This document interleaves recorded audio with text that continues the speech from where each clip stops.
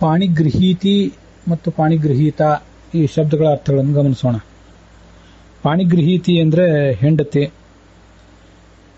ಎಸ್ಪೌಸ್ಡ್, ESPOUSED, ಎಸ್ಪೌಸ್ಡ್ by the hand ಅಂತ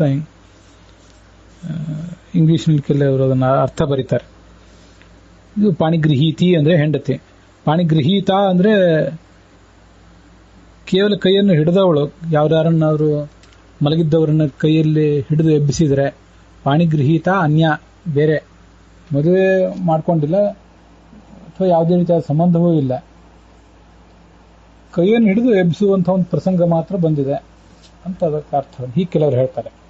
ಆದರೆ ಅನುಶಾಸನ ಪರ್ವದಲ್ಲಿ ಈ ವೈಷ್ಣವ ಪಾಠದ 49ನೇ ಅಧ್ಯಾಯದ 3ನೇ ಶ್ಲೋಕ, ಅದು ಉತ್ತರ ಭಾರತದ ಪಾಠವೊಂದನ್ನು ಬಿಟ್ಟು ಬೇರೆ ಕಡೆ ಅದು ಕಾಣಿಸ್ತದೆ. ಪಾಣಿಗೃಹೀತ ಅಂತಲೇ ಅದಕ್ಕೆ ಪ್ರಯೋಗ ಮಾಡಿದ್ದಾರೆ. ಪಾಣಿಗೃಹೀತ ಅಂದರೆ ಹೆಂಡತಿ ಅಂತಲೇ ಅರ್ಥ. ಹಾಗಾಗಿ ಪಾಣಿಗೃಹೀತಿ ಅಂತಲೇ ಏನು ಪ್ರಯೋಗ ಮಾಡಬೇಕಾಗಿಲ್ಲ ಹೆಂಡತಿ ಅನ್ನೋ ಅರ್ಥದಲ್ಲಿ. ಪಾಣಿಗೃಹೀತ, ಪಾಣಿಗೃಹೀತಿ ಎರಡೂ ಕೂಡ ಹೆಂಡತಿ ಅನ್ನೋ ಅರ್ಥವನ್ನೇ ಹೇಳ್ತದೆ.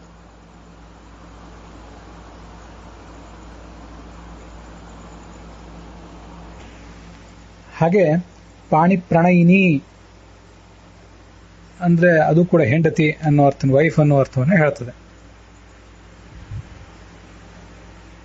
ಪಾಣಿಗೃಹೀತ ಅಥವಾ ಪಾಣಿಗ್ರಾಹ ಇವೆರಡೂ ಕೂಡ ಪಾಣಿಗೃಹೀತ, ಗೃಹೀತಾರು, ಗೃಹೀತಾರಹ.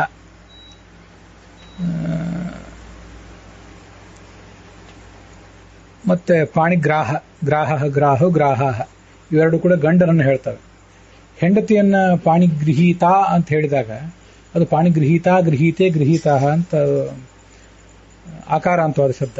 ಗೃಹೀತಿ ಅಂದ್ರೆ ಪಾಣಿಗೃಹೀತಿ, ಗೃಹೀತ್ಯೋ, ಗೃಹೀತ್ಯ ಅಂತೇಳಿ ಅದು ಈಕಾರಾಂತವಾದ ಶಬ್ದ. ಇದಿಷ್ಟು ಈ ಪಾಣಿಗೃಹೀತಿ, ಗೃಹೀತ ಇತ್ಯಾದಿ ಶಬ್ದಗಳ ವಿವರಣೆ.